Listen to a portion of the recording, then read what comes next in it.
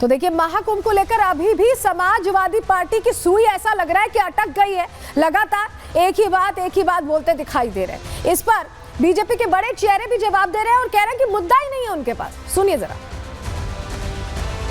तो केवल विरोध करना है इनका, तो यही उनका लक्ष्य है। ये कुंभ का विरोध कर रहे हैं। ये सत्ता में थे तो सफाई महोत्सव कराते थे, वहाँ हवाई अड्डा बनाते थे, फिल्मी हस्तियों को ले आकर के नृत्य कराते थे, हजारों करोड़ रुपया उस पर खर्च करते थे। ये कुंभ पर बोलने वाले लोग हैं। ये कुंभ का आयोजन दुनिया के दर्जनों देश की जितनी जनसंख्या होगी उससे ज़्यादा लोग डुबकी लगा चुके। ये 2012 में कहाँ थे, 2025 में कहाँ हैं? ये इसलिए क्योंकि जो प्रमुख मुद्दे हैं, जो जनता से जुड़ी हुई बातें हैं, उस पर चर्चा नहीं करना चाहते, क्योंकि इतना बेहतर काम हुआ है कि बोलेंगे क्या। तो महाकुंभ को लेकर पहले समाजवादी पार्टी ने शुरुआत की। आपको याद होगा, चुनाव थे, चुनावी फीवर पहुंचा बिहार, जहां पर चुनाव थे तो लालू यादव का भी महाकुंभ को लेकर बयान आ गया। और अब नई एंट्री हुई है ममता बनर्जी की।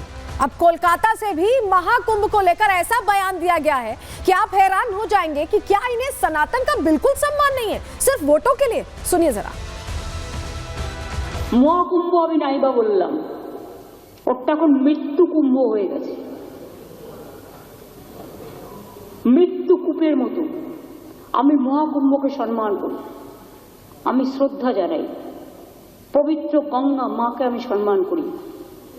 কিন্তু প্ল্যানিং না করে এত হাইপ তুলে এত লোকের মৃত্যু বললেন 30 জন, কথাটা কি সঠিক? কত ডেড বডি ভাসিয়ে দিয়েছেন নদীতে।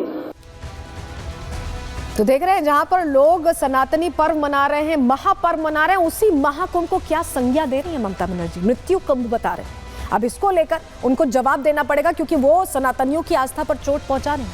आगे बढ़ते हैं, अगले सेगमेंट की ओर बढ़ रहे हैं और अब बात करने वाले हैं अयोध्या की। अयोध्या में सनातनी भीड़ पहुंच रही है और ये भीड़, ये आस्थावान लोगों की भीड़ किसको पसंद नहीं आ रही, अब आपको बताने जा रहे हैं।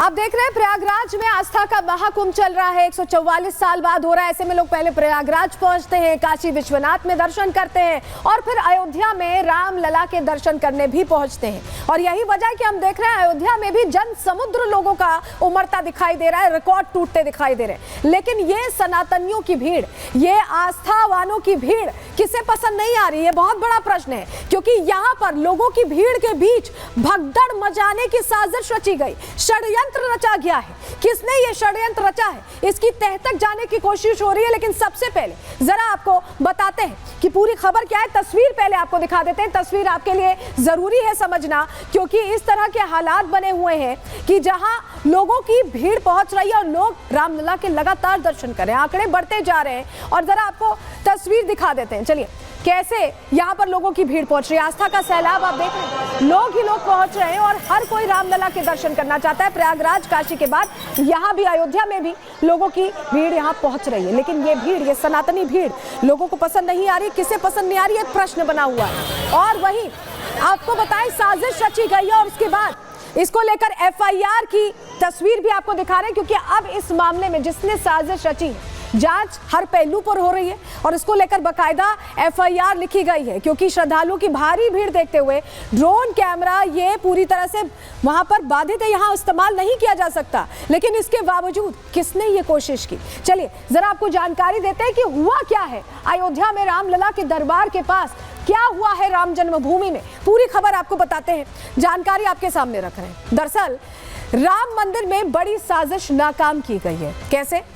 मंदिर के पास ड्रोन को मार गिराया गया है। ये नो ड्रोन जोन है, उसके बावजूद ड्रोन उड़ाया जा रहा था। गेट नंबर 3 के पास जानकारी मिल रही है कि ड्रोन को मार गिराया गया।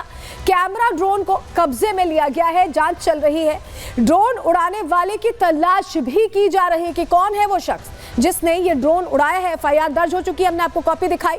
अयोध्या में पुलिस और ATS ऐसे में अब अलर्ट होती दिखाई दे रही है। अलग अलग जगहों पर निगरानी, मुस्तैदी सब कुछ बढ़ा दी गई है कि कहीं ऐसी कोई स्थिति ना हो जहां पर इस तरह की कोई घटना आ जाए। और चलिए जरा अब आपको बताते हैं FIR की हमने आपको कॉपी दिखाई, किस तरह के हालात है ये भी बताया, लेकिन अब क्या हो रहा है आगे, प्लान ऑफ एक्शन क्या है, कैसे उस शख्स को पकड़ा जाएगा जो यहाँ पर कोशिश कर रहा था एक तरह से भगदड़ जैसी स्थिति पैदा करने की। रिपोर्ट इसी से जुड़ी आपके सामने रखा।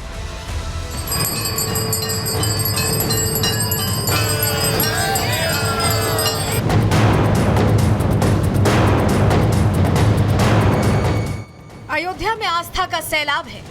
रामलला के दर्शनों के लिए भारी भीड़ हर रोज अवधपुरी पहुंच रही है। महाकुंभ में आस्था की डुबकी लगाने वाले सनातनी अयोध्या के राजा राम के दर्शनों के लिए खिंचे चले आ रहे हैं। आलम यह है कि अयोध्या की गलियां भक्तों से पटी पड़ी हैं, लेकिन आस्था का ये सैलाब सनातन विरोधियों को रास नहीं आ रहा है। आस्था के खिलाफ साजिश रची जा रही है। श्रद्धालुओं की जान से खिलवाड़ की कोशिश हो रही है। महाकुंभ के बाद अयोध्या को कैसे बदनाम किया जाए, इसकी प्लानिंग की जा रही है, लेकिन अयोध्या में तैनात यूपी पुलिस के जवान और अत्याधुनिक तकनीक रची जा रही साजिश को हर मोर्चे पर नाकाम कर रही है। अयोध्या पुलिस की इस FIR कॉपी को ध्यान से देखिए। इसमें सनातन विरोधी साजिश का जिक्र है, कैसे भगदड़ की प्लानिंग की गई थी इसका जिक्र है, और साजिशकर्ता की क्या मंशा थी इसका भी जिक्र है। दरअसल राम मंदिर के गेट नंबर 3 के पास अचानक ड्रोन उड़ते हुए सुरक्षा पॉइंट पर आकर गिरा। इसको देखने के बाद सुरक्षा कर्मियों में हड़कंप मच गया। पूरे परिसर में वायरलेस की गूंज होने लगी, तो तभी सुरक्षा कर्मी अलर्ट हो गए। ATS टीम सहित सुरक्षा एजेंसियां गेट पर पहुंची। घटना की जांच कर ड्रोन को जब्त कर लिया गया है। पुलिस के मुताबिक जन्मभूमि परिसर के अंदर ड्यूटी पॉइंट बेंचिंग प्लांट के पास किसी व्यक्ति ने ड्रोन कैमरा को प्रतिबंधित क्षेत्र में उड़ाया और फिर जानबूझकर गिराया, जिससे यह प्रतीत होता है कि ड्रोन गिराने का मकसद भगदड़ मचाना था। राम जन्मभूमि परिसर के पास एंटी ड्रोन सिस्टम भी लगाया गया है, जो लगभग 2.5 किलोमीटर की रेंज में उड़ने वाले ड्रोन पर नजर रखता है।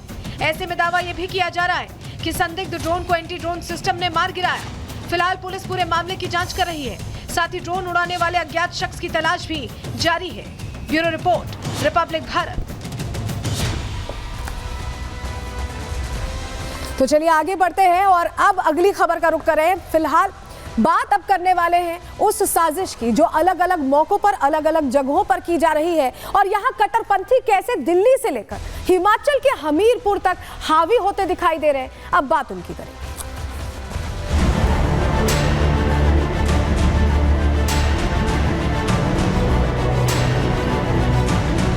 ये तो एक नफरत पैदा करने वाला काम कर रहे हैं। यहाँ से स्टेचू ना लगाया जाए।